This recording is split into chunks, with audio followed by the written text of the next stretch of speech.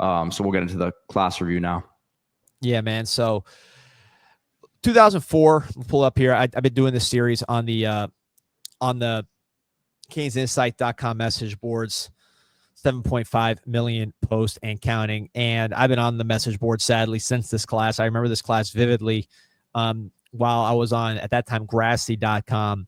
And I could safely say, in my opinion, this is the worst class in Miami Hurricane history. I hate to relive bad memories, but that's, that's what this class was, man. Because you think about it, when Larry Coker recruited the class of 2004, we had just won 12-something games, or 11 games. Before that, we won 12. Before that, I mean, we'd just been top 5 3 years in a row. And then you go and look at this class, and it was the absolute worst class that you could ever imagine. Just scrolling down here, you look at just as you scroll down.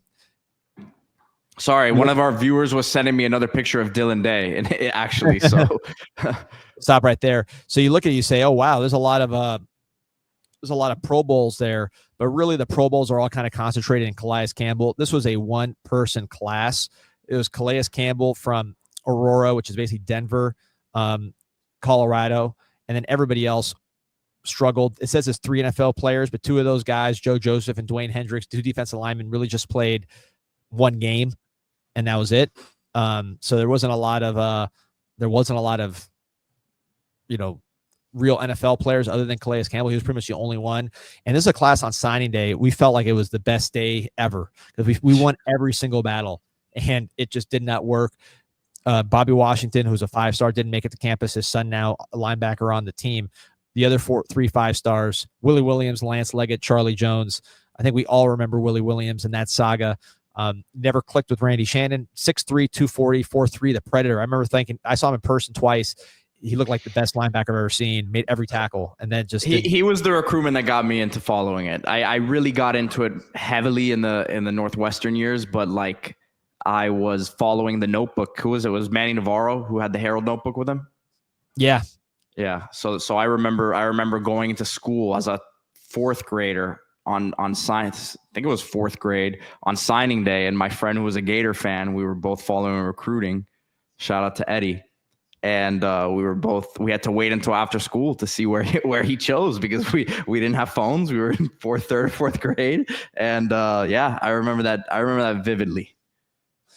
Yeah, man. So it was, that's you 4th grade. That's why you won the Silver Knight Award, man. You were reading at such a young age. Listen, that's the second time in the last month that you've handed me the award. I was a nominee. I was not the winner. That's why you're nominated for the Silver Knight Award. Yeah. But yeah, look at some of these. James Bryan, Andrew Johnson. I remember those 2 flipped on signing day or signed on signing day from Pennsylvania. Neither of them made it. Ryan Anderson from Racine, Wisconsin. That was a huge recruiting win. Nothing. Kirby Freeman, responsible for the infamous Chernobyl game, as we called it on Grassy.com, where he went like 1 for 16 against NC State. Chernobyl, one of my favorite nicknames. Calais Campbell, Hall of Famer. I mean, talk about a one-person class. Tyler McMeans, Levon Ponder, sort of average to below ACC starters, and then just look at the 3 stars, man. These guys just didn't hit. I think what really makes this class the worst is just the character of some of these guys. Some of them are great guys, but some of these guys are just, I mean, we talk about Rashawn Jones, like a nightmare human being, this alleged murderer of Brian Pata. I mean, you can't get worse than what this guy represents. So hopefully, he's in jail for life. But just in general, too many character misses here.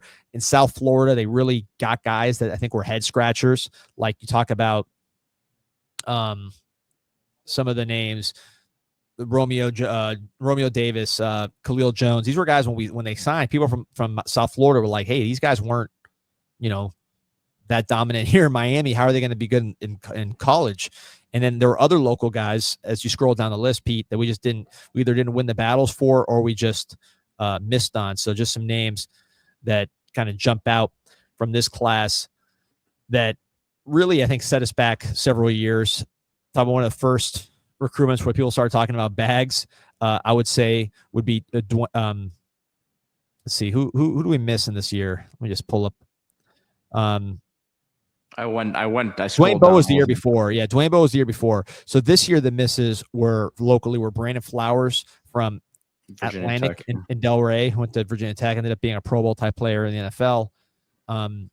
Pat Sims, longtime player in the NFL as a defensive tackle from Auburn. I mean, we were losing a lot of defensive tackles from South Florida to the SEC, who eventually went to the pros. And I mean, that's a position where, you know, you can't lose guys like that. I mean, there's only so many of them walking around. You can't be losing those guys to the SEC, especially when you don't really put forth the best effort on those guys like you do for some of these other players on this list. So, yeah, Brandon Flowers and Pat Sims were the local guys we really missed, but really the guys we brought in just weren't very good locally. And then out of state was just as bad, aside from Calais Campbell. So, yeah, this class, Johnny Lagoon says this class set us back decades. I mean, it was as bad. This was, again, to me, literally, this was the worst class in Miami football history.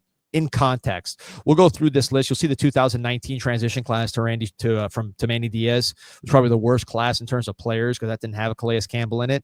But in terms of just where the program was and what you got, and then the character stuff, bringing in Rashawn Jones, this to me is the worst class in the history of the Miami Hurricanes. Sad memory lane, but we had to take it there. Yeah, unfortunate, man. Sheesh. It's only going to get better, right? You know what? It can't get worse. So I say, as we go through, really, and we'll have a wrap up. One of the reasons I want to do this list is because when it's all done, I already have the information, but when it's all done, we'll look at some trends as far as like what was maybe better than we thought in retrospect, what was worse than we thought.